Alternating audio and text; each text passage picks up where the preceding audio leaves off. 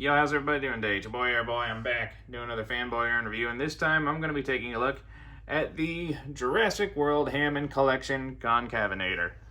Now, before we look at this boy, we shall look at his box. Here's the box. Pretty basic gray box. Nothing worth mentioning on top, bottom. There's a side image of the figure, that side, Hammond. Back of the box. A nice image of the figure with a very brief bio. It surprises me that a figure whose only appearance in the movies was literally like, I don't even remember what it was, like a painting or a statue in the background. Well, anyway, that's it for the box. Now, here we have the Concavenator. I know literally nothing about this dinosaur. Other than I believe it was mid to late Cretaceous, and I think they were from Spain? Prehistoric Spain? It was either Spain or South America, I don't remember, but yeah, he is a cool looking dinosaur. And the only scientifically inaccurate thing about this design, to my knowledge, is the fact he has a thumb. I don't think any dinosaurs had thumbs. Alright, let's get him here close so we can take a look at that nice molded detail. Like, despite the fact this dinosaur had nothing to do with the movies whatsoever other than a blink and you'll miss it cameo, they did a good job with this thing because, you know, he's very well detailed, and with the exception of the one thing I pointed out, he seems pretty accurate based on the images I've seen of Concavenator. He's got some lovely paintwork on him too. All throughout. I like the orange with the greenish bluey color they're using here. Like the little humps here on the back and on the tail. All in all, it looks pretty good. And underside looks pretty clean. One thing I want to point out real quick. Now, it could be a case of your mileage might vary depending on the particular individual figure you get. But when I got mine, the head was so loose I could shake it like this and it would flop around like a rag doll.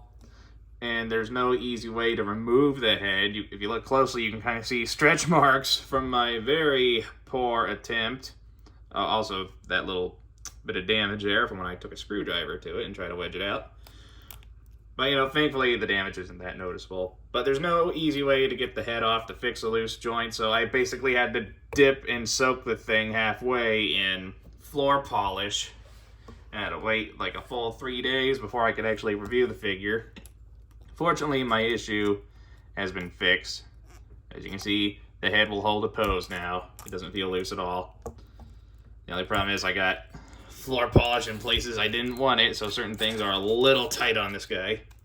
Speaking of which, let's go over the posability.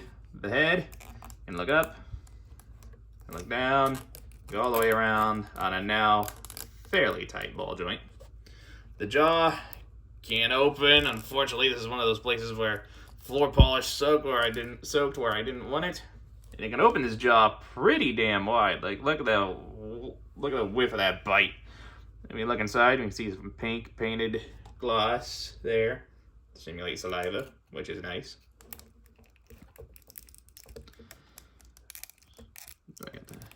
Okay, yeah. The arms can do a full 360. Again, floor polish got where it didn't need to be. It can go in and out all the way, which is surprising. He does have an elbow joint that can also rotate. Same deal with the wrist. I don't think any dinosaur had thumbs like that. I could be wrong. Let me know if you know any dinosaurs that had thumbs like that. Legs can do... Get the hands out of the way. Look at these jazz hands. Yeah. Hey, legs can spread about that far. They can do full 360. Knee bend. Rotation at the knee. Second knee bend. Also rotation there. The feet do get some tilt and up and down movement. The base of the tail is on a ball joint, and about halfway through the tail there is a bendy wire that goes out to about here. So you can get some semi-organic poses out of it. It's not perfect, but no figure is. Even the most expensive, most well-done figure has some kind of flaw. This guy certainly isn't an exception. I gotta reconfigure my position here. Alright. So, yeah, that basically covers all the basics for Concavenator.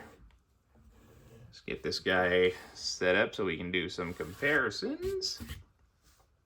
He is a medium-sized carnivore, so he does scale very well with the likes of Ceratosaurus,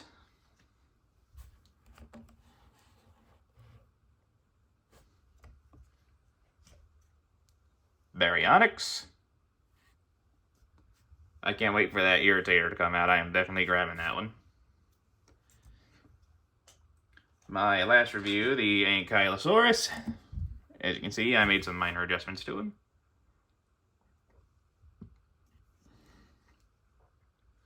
And of course, I can't do one of these reviews without bringing out the king of the dinosaurs. Here it is next to the Hammond Collection Rex. I'm really hoping they'll re-release this one in the male Rex colors. I would absolutely love that. As you can see, the Rex is significantly bigger than Concavenator.